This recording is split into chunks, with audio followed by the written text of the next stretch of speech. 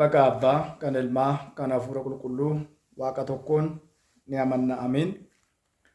Kabajamootaa fi jaalatamootaa maatiiwwan Waaqayyoo, Waaqayyoon kan jaalattan, Waaqayyoo isiniin kan jaalatu hundumti keessan bakka jirtan maratti akkam jirtu, akkam yoo nageessanii akkamiin turtanii, guyyaa har'aatiin kan nu ga'e Waaqni keenya galanni ulfinni teessoo isaa Aariyaam irratti isaaf haa ta'u. Harka koo keessaa eenyutu isin baasa? Baga ayyaana dursaa ergamootaa qulqulluu Gabreelii mudda guyyaa 19 waggaa waggaatiin kabajamuun geessan baga wajjumaanu geenye. Eegumsi ergamaa qulqulluu Mikaa'elii, kadhaan giiftii keenya qulqulleettii dubara maaramii, dhiifamni gooftaa keenya qoricha keenya Iyyasuus Kiristoos hunduma keenya duuka haa ta'u.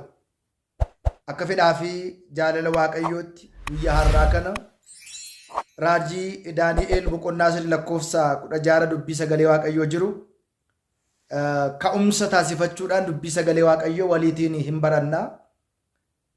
Anaaf qoqattiin dubbadhu, isin gurrattiin dhageessanii qalbeeffattan hunda keenyaatiif haa kennu. Eegumsi ergamaa qulqulluu Gabreelii bakka jirru hundumatti hunda keenya duuka haa ta'u. Harka koo keessaa eenyutu isin baasaa jedha. Harka koo keessaa, irree koo keessaa eenyutu isin baasaa jedha.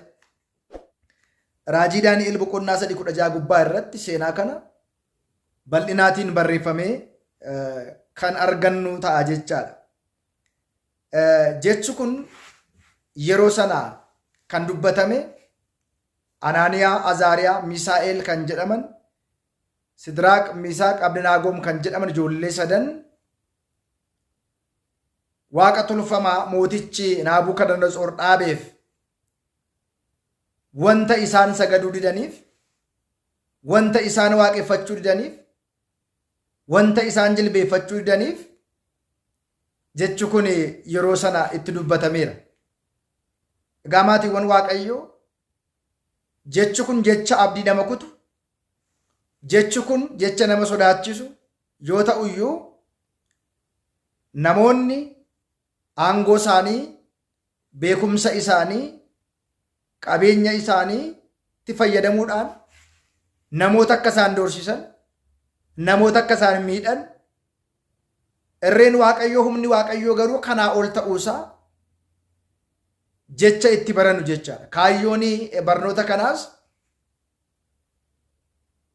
doorsisa diinaa sodaannee, mootolee sodaannee, namoota garaagaraa sodaannee amantii keenya kutuu yookiin immoo amantii keenyaan leeyya'uu yookiin sodaachuu ganuu akka hin qabne jecha nu jabeessuu fi nu cimsudha jechaadha. Seenaan isaa booda walitti kan deebinu gaafa ta'u, hunda dursa guyyaa kana immoo ergamaa qulqulluu Gabreeliin ergamee ijoolleewwan sadan Anaaniyaa, Azaariyaa, Misaa'eliin jedhaman du'a jalaatii, ibidda jalaatii, doorsisa jalaatii waaqni isaan waaqessan waaqa nama hin qaanessine ta'uusaa guyyaa itti mirkanaa'ee fi ergamaa qulqulluu ergeeni guyyaa isaanii itti gargaaredha. Maarreegaa hunda dursa Gabri'eel jechuun maal jechuudha? Namaa fi waaqa jechuudha. Jecha afaan Gi'iziitiin egziwa gabri jedha. Egziwa gabri jechuun namaa fi waaqa jechuudha. Namaa fi waaqa kan walitti araarsu gidduu deddeebi'ee namarraa gara Waaqayyoo, Waaqayyoo irraa gara namaa kan fidu jechuun ergamaa qulqulluu Gabri'eel namaa fi waaqa jechuudha. Seexanni ergamoota yeroo sana turan anatu isin uume jedhee yeroo dubbatutti ንቁም በበህላዌን እስከንረክቦ ለአምላክን ፈጣሪያችን እስክናገኝ ድረስ ባለንበት ቦታ እንቁም፣ እንጽና jechuudhaan ergamaa yeroo sana jajjabeessee fi isaan tasgabbeessedha.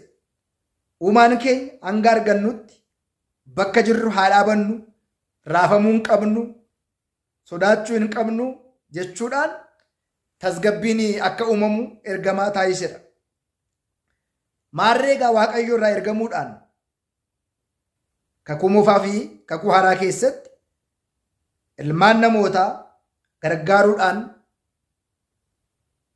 araarsummaa isaatiin warra amanan immoo kan gargaaruu fi kan oolchu ta'uusaa hundumti keenya beekuun barbaachisaadha. Gara haadha keenya qulqullittii dubaroo Maaramiitti ergamee kennaan kan guutamte gammadi Waaqayyoon si wajjin jira'u jedheellee ergamaa misiraachoo da'uu ishii Waaqayyoon da'uu ishii itti himedha. Guyyaa kanas egaa immoo biyya Israa'el keessa kan jiraatu Naabukadanatsoor kan jedhamu boojuudhaan yookiin immoo murkootiin gara Baabiloon kan fudhate keessaa gidduudha Anaaniyaa, Azaariyaa, Misaa'eel kan jedhaman namoota sadii guyyaa kana yaadanna jechaadha. Jarreen kun Faares Baabilooniitii booji'amanii gara Yerusaalem warra deeman keessaa ijoollee sadan kun isaan tokkodha. Mootichi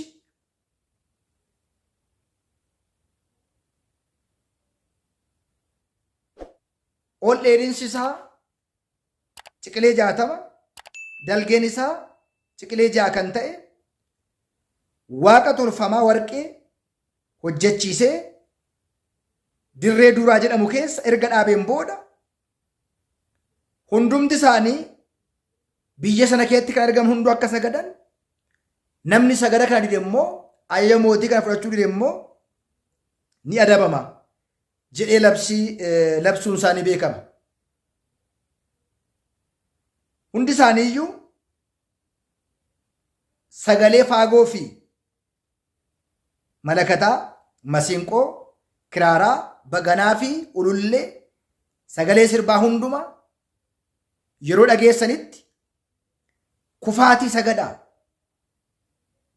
jedhee Naabukadanatsoor waaqa tolfamaa inni waaqa dhaabeef akka sagadan isaan ajajee ture. Kufee kan hin saganne immoo yeroo kana ibidda boba'utti ni gatama jechuudhaan dubbateera jechaadha. Anaaniyaa, Azaariyaa, Misaa'eel ati kan dhaabde waaqa tolfamaa kana hin sagannu. Mooticha fuulduratti sagalee faagoo kan dhaga'ee hin saganne adabbiin akkasii kun akka isarra ga'u labsii kana himeera jechaadha. Raayyaawwan ergamootaa keessatti kan turan warreen humna qabatan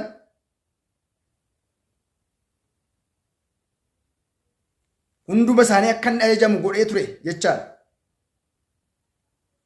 Kanaatiin booda mootichi Naabukadanatsoor yaa mootii waggaa 1,000 moo'ii jedhanii labsii erga irraa fudhataniin booda namoonni sadii Anaaniyaa, Azaariyaa, Misaa'eel kan jedhaman sagada akka isaan didan egaa ni agarra. Maaliif kan isaan sagada didan jennee gaafa ilaallu waaqni kun waaqa tolfamaa malee waaqa miti. Waaqni isaan uume, waaqni isaan jiraachise, waaqni isaan argamsiise, waaqa hundumaa olii, waaqa waaqotaa, gooftaa gooftotaa, mootii moototaa waan ta'eetii fi waaqa tolfamaa kanatti hin sagadu jechuudhaan didaniiru jedha. Kanaan booda mootichi namoota sadii ibidda keessatti daballee turre. Gorsitoonni isaanii hundumtuyyuu jedhanii mootichaaf deebisan. Kunoo kan hiikaman ibidda gidduudhaa kan deddeebi'an namoota 4 nan argaa. Ibiddi kun isaaniin hin madeessine. Naabukadanatsoor isin jiraata ilma Waaqayyoo garboota Sidaaq, Midaaq, Abdanaaqoo ibidda sana gidduudhaa ba'aa jechuudhaan dhumara dubbii dubbatame. Walumaa galatti ayyaanni kun gaafa ilaallu guyyaa kana Anaaniyaa, Azaariyaa, Misaa'eel